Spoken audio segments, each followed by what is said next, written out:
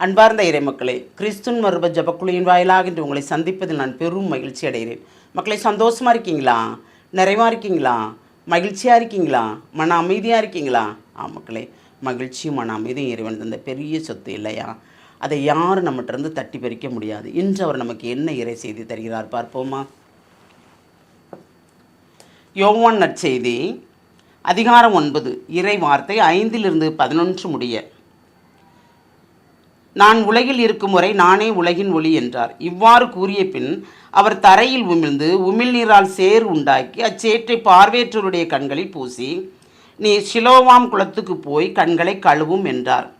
சிலோவாம் என்பதற்கு அனுப்பப்பட்டவர் என்பது பொருள். அவரும் போய் கழுவி பார்வை பெற்று திரும்பி வந்தார்.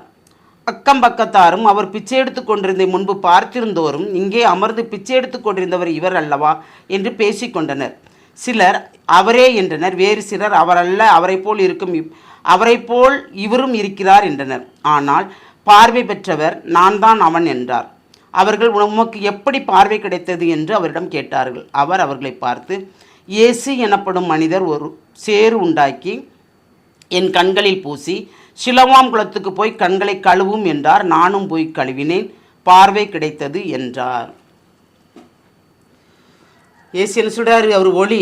அவர் என்னென்ன செய்ய சொல்லி இறைவன் அனுப்புனாரோ, அவர் எதை செய்தாலுமே இறைவனை கேட்டுத்தான் செய்கிறார், தந்தையை கேட்டு. ஏனென்றால் மனித உருவில் உலகிற்கு வாழ வருகிறார். வாழ வரும்போது அவர் இறைமகன் தானே, அவர் இஷ்டப்படி செய்திருக்கலாமே. எதை செய்தாலுமே வானத்தை அண்ணாந்து பார்த்து தன் தந்தையிடம் கேட்கிறார். அப்பா, நான் இதை செய்கிறேன், உம்முடைய நாமத்தால் நான் செய்கிறேன். இப்போ நாம் என்ன செய்கிறோம்? இப்போ ஒருத்தருக்கு ஜெபிக்கிறோம்னு வச்சுக்கோங்க, அவர் இயேசு தூயாவி, தந்தை மகன் தூயாவி மூவரும் கொடுக்காம அந்த வரம் கிடைக்குதா? இல்லை. ஆனால் நம்ம ஜெபிச்ச உடனே அவங்க பெற்றுக்கொண்டோன்னு சொல்ல வருவாங்க பாருங்க, உங்கள்கிட்ட ஜெபிச்சோம் எங்களுக்கு கிடச்சிட்டு அப்படிம்பாங்களா? இங்கே நமக்கு தூக்கி ஒரு ஐஸை தூக்கி தலையில் அப்படி வச்ச மாதிரி இருக்கும் பாருங்க. நான் ஜெபிச்சேன், அவங்களுக்கு கிடச்சிட்டு.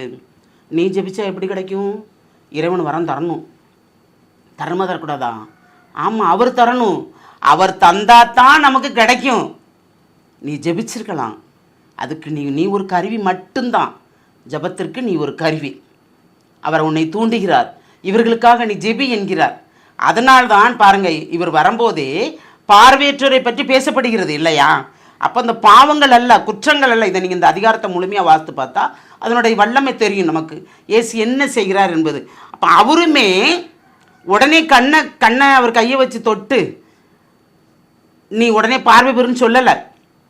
இறை சித்தத்தை ஏற்று பாருங்க, இவ்வாறு நானே உலகின் ஒளி என்றார். இவ்வாறு கூறிய பின் அவர் தரையில் உமிழ்ந்து உமிழ்நீரால் சேறு உண்டாக்கி அச்சேற்றை பார்வையற்ற கண்கள் பூசி, நீர் சிலோவாம் குளத்துக்கு போய் கண்களை கழுவும். சிலோவாம் என்பதற்கு அனுப்பப்பட்டவர் என்பது பொருள். அப்போ இயேசுவை யார் அனுப்புனா? பிதா அனுப்பியிருக்காரு. போ, வல்ல பெரிய காரியங்களை செய், என் நாமத்தை கொண்டு செய். அப்போ அவருமே தந்தையின் விருப்பப்படி செயலாற்றுகிறார். பார்வை பெற்றோர் பாருங்க போய் கழுவுறாரு. இயேசுங்கிற மனிதர் ஒருவர், இயேசுங்கிற தெரியுது அவருக்கு. ஆனால் இவர் கண்கள் சேறு பூசி இருந்து அந்த குளத்தில் போய் கழுவுவதனால் இயேசுவை பார்க்கலை இல்லையா? ஆனால் பார்க்கும்போது என்ன சொல்கிறாரு? இனிமேல் நீ பாவம் செய்யாதே. அப்போ பாவங்களும் இருக்குது நம்மகிட்ட இல்லையா? பார்வை பெறுவதற்கு பார்த்து கொண்டே இருக்கும்போது நமக்கு பார்வைகள் இல்லாமலும் போய்விடுகிறது. கண்கள் தாமே நமக்கு உடலுக்கு ஒளி இல்லையா? அப்போ நாம் கடவுளோடு இணைந்து நடக்கும்போது பாவம் நம்மிடம் அணுக விட மாட்டார். அவர் நம்ம என்ன செய்கிறோங்கிறத சுட்டி காட்டுவார் நமக்கு. ஒவ்வொரு நொடி பொழுதும் தவறு செய்கிறோம் என்றால் அதை உணர்த்துவார் நமக்கு. இது தவறு என்று உணர்த்துவார். இயேசுவை காணும்போது நாம் தந்தையை காணுகிறோம் இல்லையா? அப்போ அந்த காணுதல், இயேசுவை கண்டுகொள்ளுதல், புரிந்து கொள்ளுதல், இதுக்கு எல்லாமே என்ன வேண்டும்? தூய்மை வேண்டும். நம்மிடம் தூய்மையான உள்ளம் வேண்டும், தூய்மையான உதடு வேண்டும், தூய்மையான கண்கள் வேண்டும், தூய்மையான செவிகள் வேண்டும். தூய்மையற்று இருந்தால் இறைவனை காணவோ அவர் நமக்கு உணர்த்துவதை கேட்கவோ நமக்கு முடியாது, உணரவோ முடியாது இல்லையா? அப்போ நாம் எதை கேட்போம்? நமக்கு எது தேவையோ அதை இறைவனிடம் கேட்போமா? எல்லாம் வல்ல இறைவா, ஆண்டவரே, உம்மை காணும்படி எங்கள் கண்களை திறந்தீரே, அதற்கு நன்றி ஆண்டவரே. உன்னீர் சொல்வதை கேட்கும்படி எங்களுக்கு செவிகளை திறந்தீரே, அதற்கு நன்றி ஆண்டவரே. உம்முடைய வார்த்தையை பிறருக்கு சொல்லும்படி எங்களுக்கு நாவை திறந்தீரே, அதற்கு நன்றி ஆண்டவரே.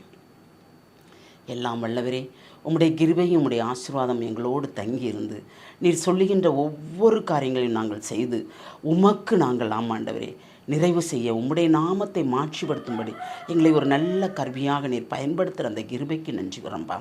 எப்பொழுதும் நாங்கள் உம்மை சார்ந்து இருக்கும்படி தேவரீர் எங்களை நீர் வழிநடத்துகிற அந்த கிருபைக்கு நன்றி கூறி எங்களை முழுமையாக உம்முடைய இரக்கத்துக்குள் ஒப்புக் கொடுக்குறோம். ஜெபங்கேக்கும் நல்ல பிதாவே. ஆமேன், ஆமேன், ஆமேன்.